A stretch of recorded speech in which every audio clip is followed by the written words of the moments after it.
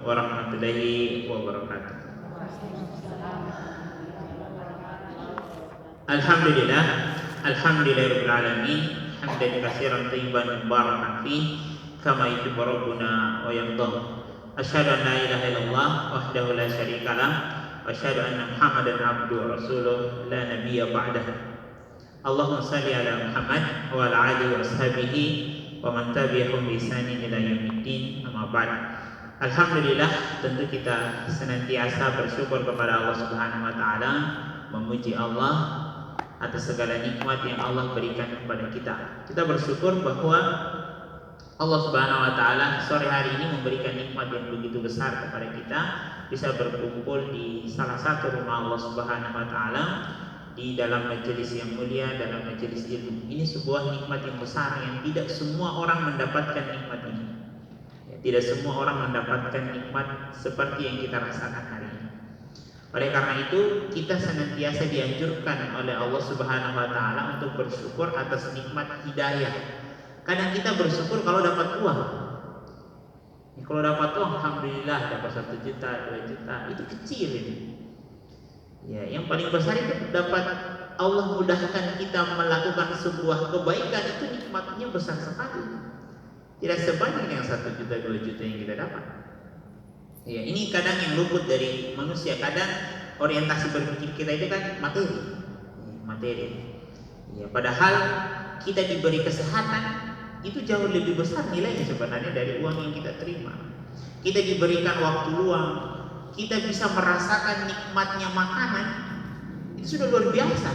Banyak orang dia punya uang banyak, dia punya harta yang banyak, tapi untuk makan susah sekali. Ya, susah sekali.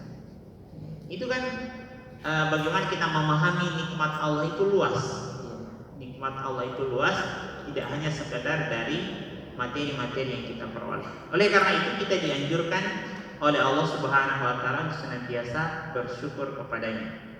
Bersyukur, dan kategori syukur yang paling besar itu adalah bagaimana kita memanfaatkan nikmat tersebut di jalan yang Allah ridhoi. Kalau kita dikasih waktu, kita manfaatkan waktu untuk hal-hal yang Allah ridhoi, sehingga waktu itu menjadi berkah. Kalau kita dikasih motor, kita gunakan motor itu untuk hal-hal yang Allah ridhoi supaya motornya berkah. Begitu seterusnya. Senantiasa kita, ini puncak dari kesyukuran seperti itu, menggunakan nikmat di jalan yang Allah ridhoi. Salawat dan salam semoga tetap tercurah kepada Nabi Muhammad SAW, pada keluarga beliau, para sahabatnya, serta seluruh manusia yang mengamalkan sunnah-sunnah beliau hingga akhir nanti. Tapi para jamaah sekalian, bapak-bapak dan ibu-ibu yang insyaallah dirahmati Allah Subhanahu wa taala, pada sore hari ini saya rencana itu menyampaikan sebuah materi tentang tafsir singkat yang mudah-mudahan kita bisa mengambil pelajaran dari ayat-ayat Allah Subhanahu wa taala, yaitu tentang Mu'awizatain. Mu'awizatain ini 2 surah yang isinya permohonan perlindungan kepada Allah Subhanahu wa taala. Mu'awizatain. Apa itu? Al-Falaq dan An-Nas. Ya, Al-Falaq dan An-Nas. Ini 2 surah yang kandungan isinya di dalam itu berisi tentang permohonan perlindungan kepada Allah Subhanahu wa taala. Ini penting ya. Sebelum kita membahas lebih jauh tentang Mu'awizatain ini, kita sebutkan dulu asbabun nuzulnya. Kenapa 2 surah ini turun? 2 surah ini turun karena kalau kita tahu asbabnya, itu lebih mendekatkan pemahaman kita dari kandungan isinya. Karena kan Al-Quran itu turun, umumnya itu ada asbabun nuzulnya, ada sebabnya. Jadi Al-Quran itu tidak ujuk-ujuk langsung turun. Jadi ada sebabnya. Makanya Al-Quran itu Allah turunkan secara berangsur-angsur, tidak turun sekaligus itu. Susah kita kalau Al-Quran turun sekaligus, bagaimana kita mau paham? Ya.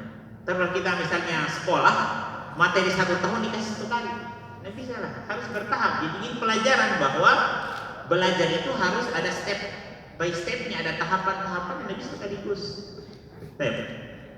Jadi sebabnya secara singkat itu jamaah sekalian adalah bahwa Rasulullah Shallallahu Alaihi Wasallam itu pernah terkena sihir. Jadi Rasulullah pernah terkena sihir. Kita bayangkan ya, seorang nabi, manusia yang paling mulia, dari manusia yang telah ada sampai hari kiamat yang akan ada, beliau yang paling mulia itu beliau pernah terkena sihir. Beliau terkena sihir, disihir oleh seorang Yahudi. Ya, disihir oleh seorang Yahudi yang bernama Labid. Saya tahu nama lengkapnya jelas Labid. Dia menggunakan media sisir dan rambut Nabi. Ya, menggunakan media sisir dan media rambut Nabi SAW yang diperolehnya dari pembantu Nabi SAW. Kemudian dari sisir dan rambut Nabi tersebut itu dijadikan yang namanya buhul sihir.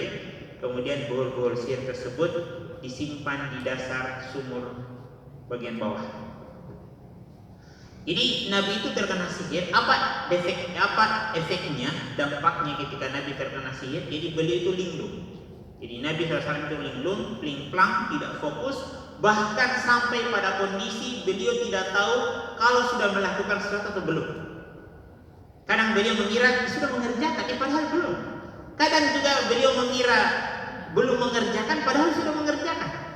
Jadi beliau sampai pling-plang. Ya. Sehingga ini rentang waktu cukup lama sampai pada kondisi istri-istri Nabi itu mengutarakan kepada Nabi SAW karena perubahan kejiwaan dan perubahan perilaku Nabi yang sangat drastis. Karena Nabi istri-istri merasakan tidak seperti ini Rasulullah, tidak seperti ini biasanya. Kemudian disampaikan setelah didapatkan data yang akurat memang kondisi Nabi seperti itu, informasi dari istri-istri beliau. Kemudian Nabi SAW itu minta petunjuk.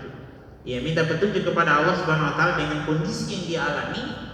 Kemudian Allah Subhanahu wa taala menyampaikan petunjuk tersebut dalam mimpi. Ya, dan dipahami bahwa mimpi para nabi dan rasul itu adalah wahyu, sebagaimana juga yang pernah terjadi pada Nabi Ibrahim. Jadi mimpi para nabi dan rasul itu wahyu. Ya.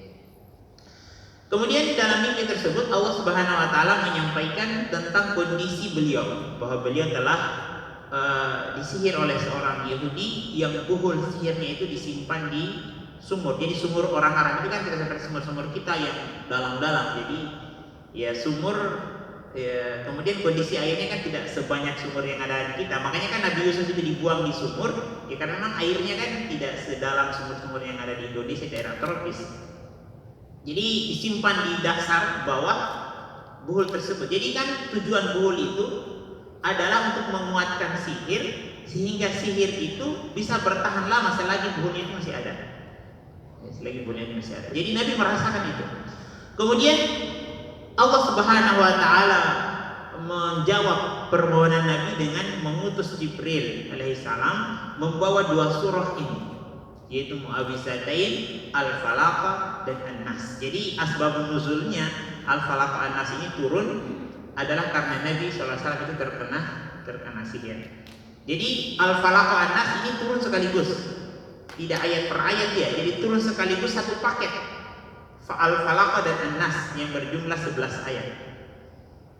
Jadi jamaah sekalian dirahmati Allah Subhanahu wa taala.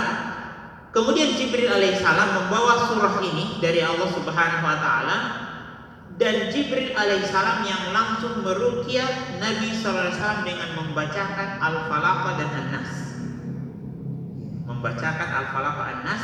Jadi Jibril yang meruqyah Nabi sallallahu alaihi wasallam sehingga dengan izin Allah Subhanahu wa taala efek dari sihir itu bisa berkurang. Jadi belum karena buhulnya masih ada. Jadi buhulnya masih ada. Kemudian Rasulullah SAW karena Allah sudah memberitahukan Nabi dalam mimpinya, kemudian Rasul mengutus beberapa sahabat untuk mengecek di sumur tersebut yang beliau dapat dalam mimpinya.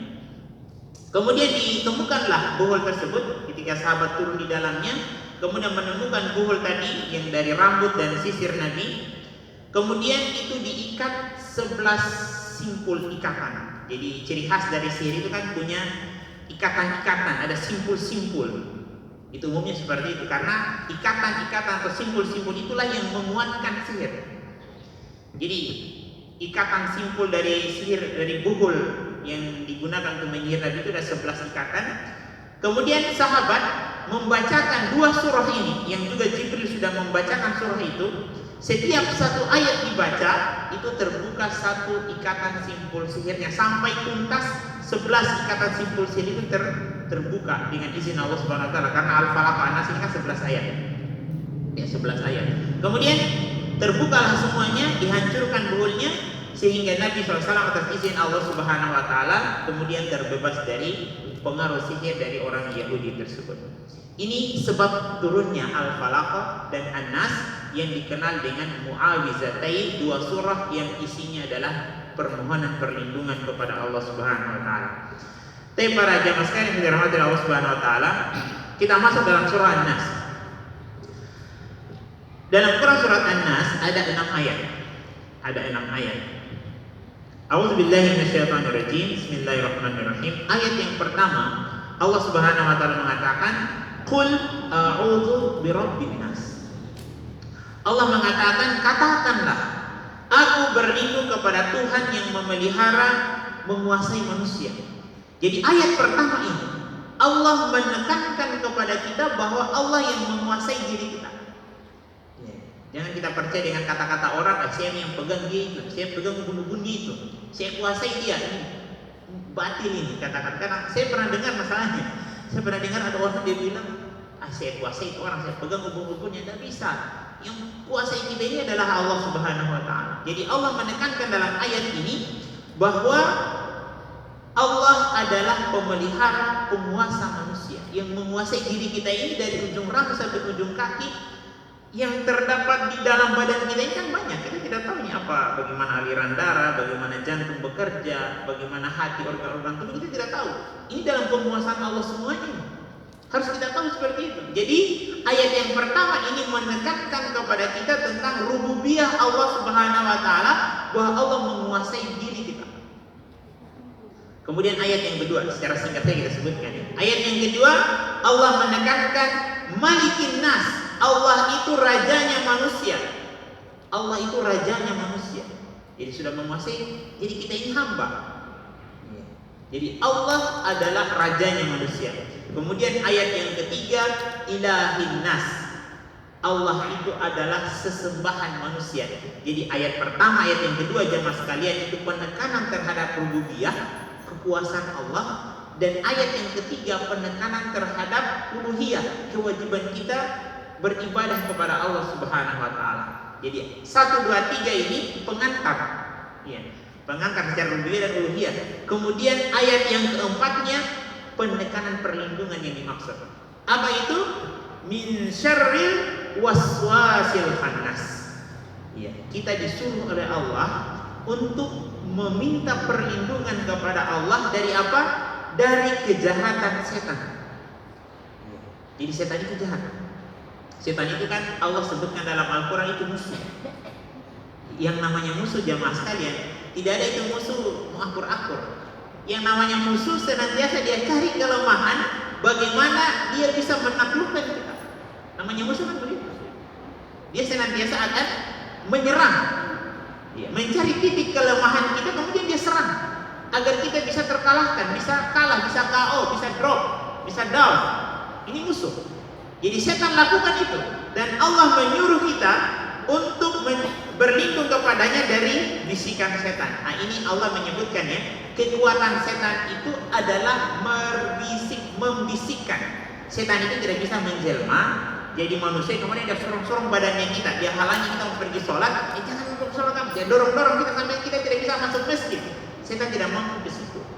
Yang mampu dilakukan setan adalah membisikkan, berbisik, bisik, membisikkan kejahatan.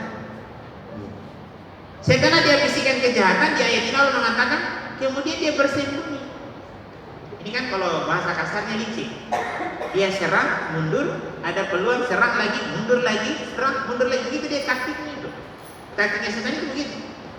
Kenapa Allah mensifati setan itu menyerang kemudian bersembunyi? Setan itu kan bisa lihat kita.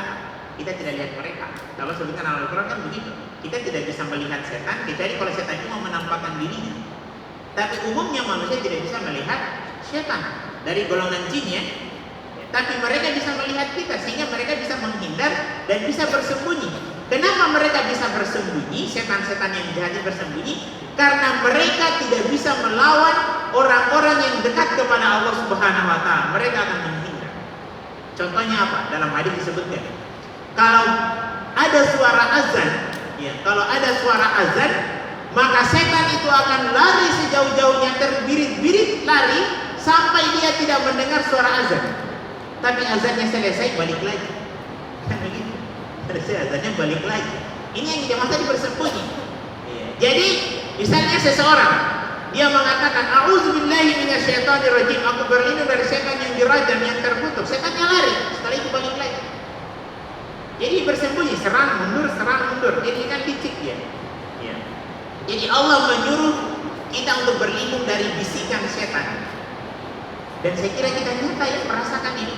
Entah orang yang beriman, entah orang yang tidak beriman, pasti dia merasakan bisikan-bisikan itu. Karena kita Bapak Ibu begini, kita sudah membaca Quran nih, kita sudah buka Quran, pas yang buka ada yang bisikan nih, nanti sebentar kamu ngaji, atau sedikit juga nanti sebentar. Iya. Pas kita lihat, akhirnya tinggal lagi terus lagi yang lain. Pas begitu sudah mau sholat, kayaknya masih ada yang sama kerja yang tadi nih, apa yang belum, sudah urus lagi itu, akhirnya tertunda lagi. Itu kan bisikan-bisikan, kita rasakan itu. Dan itu harus kita sadari. Makanya Allah menyuruh kita untuk berlindung kepadanya dari bisikan-bisikan tadi. Kemudian kadang kita masih duduk-duduk, kemudian muncul pemikiran untuk melakukan sebuah kejahatan. Itu dari mana datangnya? Bisikan setan. Ya. Kemudian ayat yang selanjutnya Allah mengatakan, allazi yuwaswisu fi sudurin nas, yang membisikkan kejahatan ke dalam dada manusia. Jadi setan itu jamaah sekalian, yang dia serang langsung ke rajanya badannya kita. Apa rajanya badannya kita? Hati, dalam dada manusia. Itu yang diserang oleh setan. Serang karena bosnya badannya kita ini kan hati. Dalam hadis disebutkan, inna fil jasadi mudghah iza suluhat suluhal jasadu kullu. Ketika daging itu baiklah seluruhnya. Wa iza fasadat fasadal jasadu kullu. Kalau dia rusaklah seluruhnya. Ala wahyal qalb. Daging yang dimaksud itu adalah hati. Dan inilah yang diserang oleh setan, langsung ke raja dari badan kita. Dia bisikan kejahatan tersebut ke dalam dada manusia. Kalau manusia itu sudah dikuasai dadanya, sudah dikuasai hatinya, kaum ini. Kita kan kuat seperti ini karena kita memiliki hati yang kuat.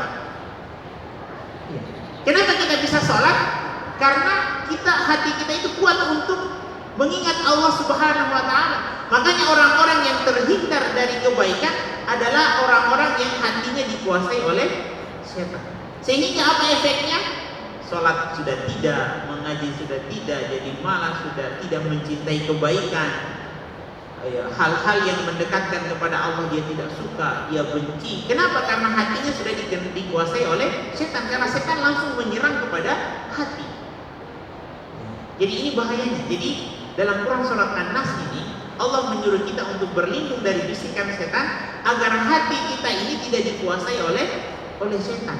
Kan dampaknya besar jemaah sekalian. Kalau hati seorang yang dikuasai oleh setan, tidak usah mengharapkan kebaikan dari orang itu.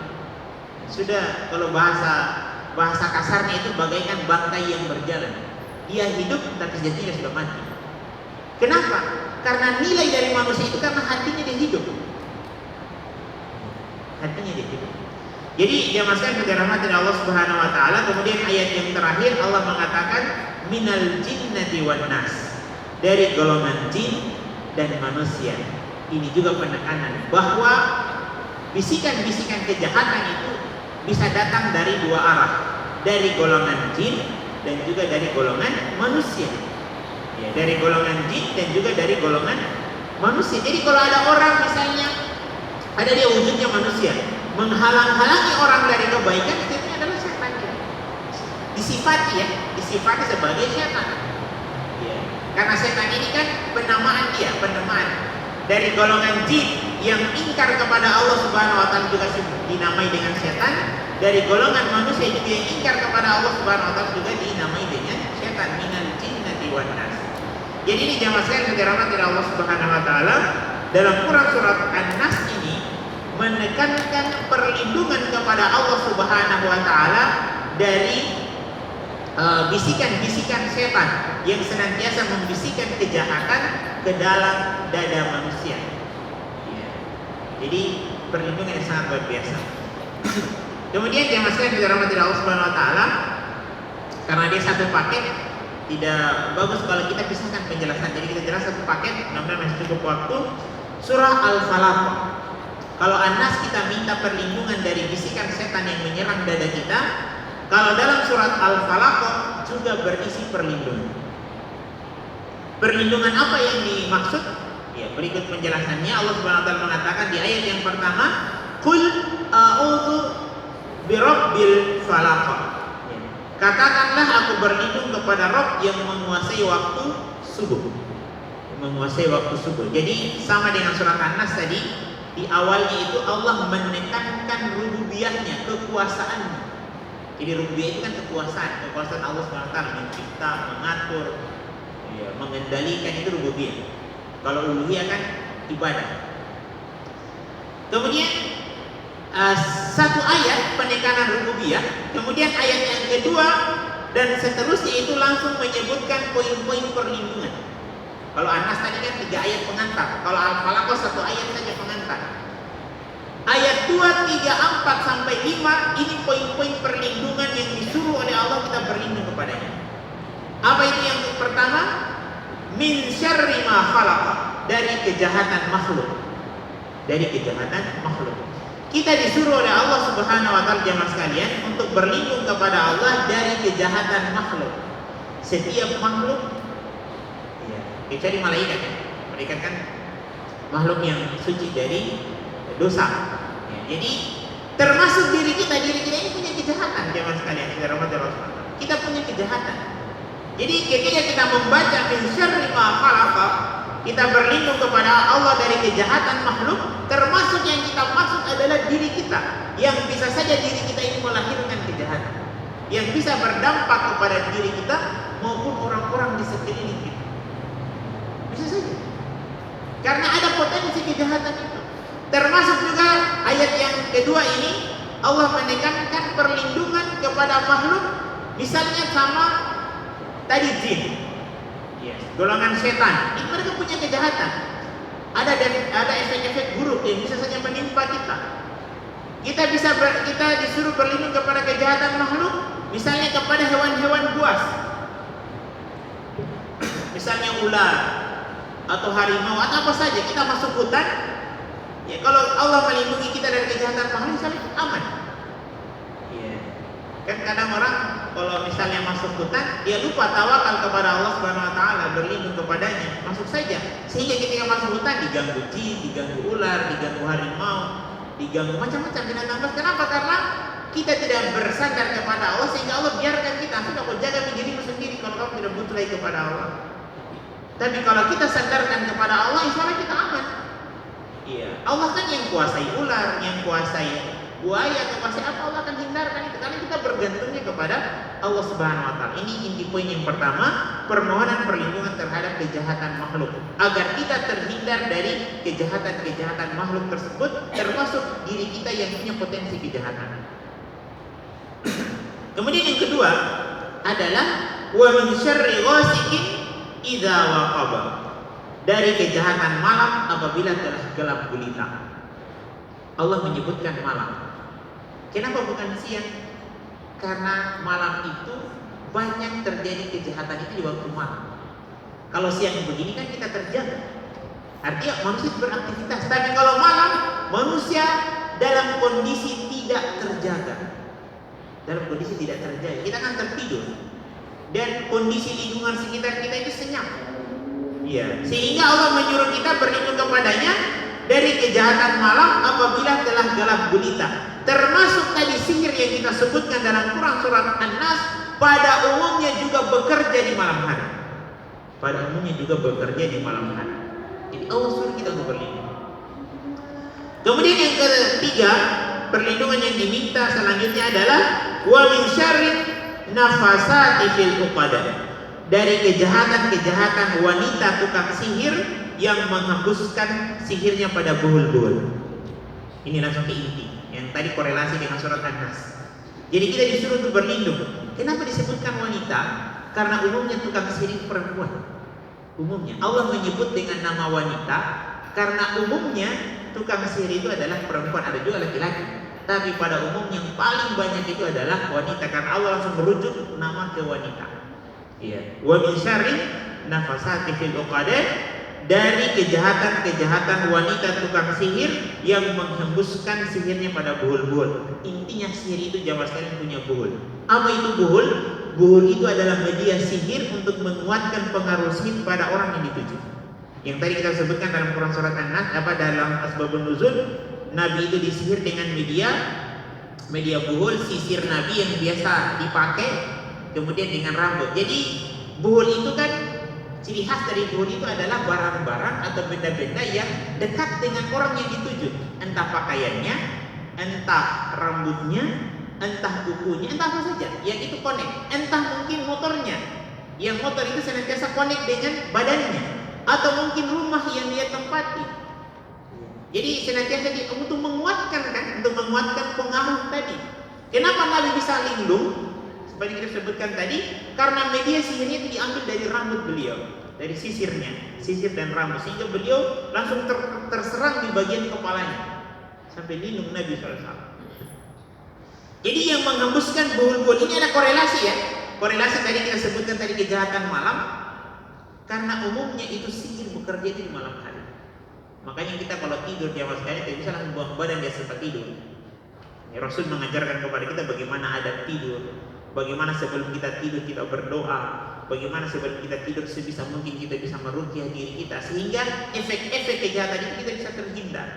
Karena kondisi tidur ini kondisi kita tidak terjaga, kondisi kita lemah, dan disitulah kita butuh perlindungan dari Allah Subhanahu Wa Taala. Kemudian yang terakhir adalah wa min syarri hasidin idza hasada, dari kejahatan orang-orang yang dengki apabila dia dengki. Ini kadang kita bingung, apa sih hubungannya korelasinya ini dengan dengki? Iya. Kadang kita begini, ini tidak ada hubungan ini. Tadi cerita sihir, sekarang langsung pindah ke dengki, iri hati. Ada hubungannya. Apa hubungannya? Umumnya sihir itu terjadi karena kedengkian. Karena kedengkian. Mungkin dia lihat, kenapa dia begini, dia sukses terus begini. Dia tidak mampu saingi secara profesional, maka dia saingi dengan main belakang yang tadi kita sebutkan dengan sihir, untuk menjatuhkan reputasinya atau menjatuhkan karirnya, apalah. Itu sebabnya karena kedengkian. Makanya tadi ini ada korelasi semuanya nih. Jadi terjadi itu karena orang dengki. Mungkin dia sukses, mungkin dia apalah, sehingga dia inginkan nikmat. Kan dengki itu maksudnya begini, orang dengki itu maksudnya orang yang menginginkan nikmat yang diperoleh oleh orang lain yang Allah berikan kepadanya hilang dari orang tersebut. Itu kan dengki seperti itu maksudnya, ingin menghilangkan nikmat yang Allah berikan kepada orang tersebut. Sama ada kadang-kadang orang bilang, misalnya tetangga beli AC, kita yang kepanasan. Kadang orang bilang begitu. Ini kan dengki, campur-campur saja. Nah, jadi ini kedengkian. Jadi Allah menutup surat Al-Falaq ini dengan dengki karena ini bisa menjadi akar masalah sebenarnya. Termasuk sihir itu banyak penyebabnya karena kedengkian. Jadi ini penting jamaah sekalian dirahmati Allah Subhanahu Wa Taala. Dua surah sekaligus mu'awizatain yang tidak bisa kita lepas dari diri kita, dan sebisa mungkin dua surah ini disunahkan oleh Nabi SAW sebelum kita tidur kita baca. Jadi sebelum kita tidur itu kita disunahkan baca Al-Fatihah, baca ayat kursi, kemudian 3 qul, ya, termasuk dua surah terakhir surah Al-Baqarah. Ya, kita bisa tiup ke tangan kita, kemudian kita sapu ke badan kita seluruhnya. Ini yang disebut dengan ruqyah mandiri. Jadi sebelum misalnya kita tidur di malam hari, apalagi peruqyah ini wajib dalam tanda kutip untuk mengamalkan itu. Jadi dia baca misalnya Al-Fatihah, tiup ke tangannya seperti ini, bacalah kemudian ayat kursi, kemudian dua surah terakhir surat Al-Baqarah, dua ayat terakhir surat Al-Baqarah, termasuk Al-Kafirun, dan 3 qul tadi, Al-Ikhlas, Al-Falaq, An-Nas. Kemudian dia tiupkan ke tangannya, setelah itu dia sapu dari ujung rambut semua badannya sampai ke kaki. Jadi kalau misalnya ada buhur-buhur sihir, ada apalah, insya Allah akan hancur lebur dengan ruqyah mandiri seperti itu. Jadi meruqyah itu tidak mesti bergantung ke orang lain, kita saja bisa melakukannya. Jadi jangan memikirkan bahwa ruqyah itu sulit. Ruqyah itu mudah. Kita baca ayat, kuatkan keyakinan kita, insya Allah efek dari ruqyah itu akan kita rasakan. Saya kira cukup. Nah, insya Allah kalau ada hal-hal yang kurang jelas bisa ditanyakan di sesi tanya jawab. Saya kembalikan kepada Pak Haji. Terima kasih atas penjelasannya. Mudah-mudahan kita bisa ambil hal-hal yang penting untuk kita kita manfaatkan dalam kehidupan kita. Begini Pak Guru, setan itu sifatnya dia tidak suka dengan orang yang melaksanakan ketaatan. Misal dalam salat kita takbir atau sementara berjalan salat itu muncul apa yang 20 tahun lalu 30 tahun, sehingga kita kadang-kadang konsentrasi atau kita tidak khusyuk. Apakah ini bikinan setan? Nah, kemudian bagaimana untuk mengatasi kalau terjadi seperti ini? Saya persilakan. Jadi setan, sebagaimana kita sebutkan tadi di penyampaian sebelumnya, bahwa setan itu kan musuh, dan setan itu paling tidak suka kalau ada hamba yang dekat dengan Allah Subhanahu wa Ta'ala. Makanya godaan setan itu akan semakin tinggi sesuai dengan kadar keimanan seseorang. Jadi jangan merasa tinggi iman saya aman. Tidak. Setan itu punya klasifikasi derajat senioritas. Jadi orang-orang yang semakin tinggi keimanannya, godaan itu semakin tinggi. Ya, kalau misalnya imannya juga standar, ya iblis mengutus setan untuk menggoda orang tersebut juga setan yang standar-standar saja. Ya, tapi kalau iman seseorang itu meningkat tinggi, maka iblis kan bosnya.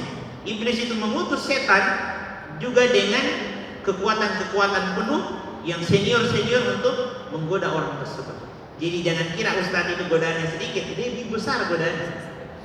Karena godaan itu akan senantiasa seimbang dengan keimanan seseorang. Begitu juga ujian juga akan seimbang dengan keimanan seseorang. Semakin tinggi keimanan seseorang, maka semakin berat ujiannya. Makanya para nabi dan rasul ujian makin berat. Makanya kita disuruh jangan merasa aman, saya kan sudah punya keimanan. Tidak bisa, tetap harus kita berlindung kepada Allah Subhanahu wa Ta'ala. Kalau bukan Allah yang jaga kita, pasti kita akan jebol. Kalau bukan Allah yang menjaga kita tidak bisa akan istiqomah dalam sholat. Kalau bukan Allah yang jaga hati kita tidak bisa akan istiqomah dalam ketaatan kepada Allah Subhanahu wa Ta'ala. Karena setan akan senantiasa menggoda kita, menjauhkan kita dari jalan Allah Subhanahu wa Ta'ala. Makanya jangan pernah merasa aman. Kadang orang itu berpikiran, saya kan sudah sholat, saya kan sudah mengaji, saya kan sudah melakukan banyak ketaatan, insya Allah saya aman nih. Tidak ada kata-kata aman. Setan itu bahkan ya dalam hadis disebutkan peperangan terhadap setan itu sampai titik penghabisan. Apa itu titik penghabisan? Sampai ruh sudah mau dicabut. Ini ruh sudah mau dicabut oleh malaikat, setan itu masih datang menggoda hamba tersebut. Tidak putus. Bayangkan itu, sampai dia sudah mau dicabut ruhnya. Seseorang dalam kondisi ruh itu mau dicabut, dia dalam kondisi lemah. Dalam kondisi lemah, karena dia sudah akan terbagi konsentrasinya. Setan dalam kondisi lemah tersebut senantiasa dia berjuang agar hamba ini meninggal bukan di atas jalan Allah Subhanahu wa Ta'ala. Disitulah pentingnya kita butuh perlindungan dan penguatan dari Allah Subhanahu wa Ta'ala agar kita punya ketetapan hati sehingga kita bisa menutup akhir hidup kita dengan husnul khatimah. Itu yang kita inginkan. Jadi jangan kira kita aman. Peperangan terhadap setan itu sampai titik penghabisan, sampai kita sudah mau dicabut ruh, setan itu masih datang menggoda karena dia tidak ridho kalau hamba tersebut meninggal dalam kondisi yang baik. Itu permusuhan setan yang sangat luar biasa. Makanya perlindungan itu sangat kita butuhkan setiap saat sampai kita berjumpa dengan Allah Subhanahu wa Ta'ala. Kemudian dia ditanyakan, apakah kayak tadi misalnya kita buyar konsentrasi, kita tidak fokus ingat kepada Allah Subhanahu wa Ta'ala, apakah itu pengaruh dari setan? Iya. Karena dalam hadis disebutkan inna syaitan yajri minal insan majrad dam. Jadi setan itu mengalir dalam darah manusia, dalam tubuh manusia itu mengikuti aliran darah. Ya, jadi setan itu Rasul sifati mengalir jadi dalam tubuh manusia dalam aliran darah. Kenapa itu puasa bisa mengekang hawa nafsu? Karena puasa itu bisa mengekang setan untuk pergerakannya ke dalam darah manusia. Bisa berarti makanya korelasinya kalau kita bicara tentang puasa. Jadi itu harus cepat kita sadari. Misalnya seperti saya contohkan, muncul bisikan untuk melakukan kejahatan, langsung ingat Allah, insya Allah bisikan langsung redup itu. Jadi cara melawannya begitu. Misalnya kita sudah membaca Quran, pasti akan ada bisikan, pasti itu, karena setan tidak akan pernah ridho membiarkan anak Adam meraih pahala. Pasti kita membaca pasti ada bisikan itu. Aku lagi capek, kamu istirahat nih. Atau tidak, aku baca paling mungkin sedikit saya butuh istirahat. Pasti ada bisikan-bisikan seperti itu. Dan saya yakin pasti kita akan rasakan. Kita sudah mau melakukan kebaikan, atau misalnya kita mau bersedekah, contoh sedekah. Kita sudah mengambil uang, itu saya terlalu banyak, yang gini saja sudah. Akan ada bisikan terus itu. Jadi setan tidak akan pernah ridho melihat anak Adam itu melakukan kebaikan. Senantiasa dia cegah kita. Kalau tidak bisa 100%, mungkin 90, 80. Yang penting ada. Iya, 60, 50 sesuai dengan kondisi keimanan kita kepada Allah Subhanahu. Semakin kita kuat, ya, semakin kita mampu untuk menangkal bisikan setan. Jadi cara menangkal bisikan tersebut adalah langsung kembalikan kita kepada zikrullah, ingat kepada Allah Subhanahu wa taala. Misalnya ada bisikan seperti tadi, kita langsung sadari, tidak, dari setan lagi. Sudah langsung paksakan, maka seketika itu juga kekuasaan setan terhadap diri kita juga akan hilang. Kenapa? Karena tadi kita sudah sebutkan setan itu bersembunyi. Kenapa dia bersembunyi? Karena setan itu tidak mampu menggoda orang yang senantiasa menjaga hubungannya dengan Allah Subhanahu wa taala.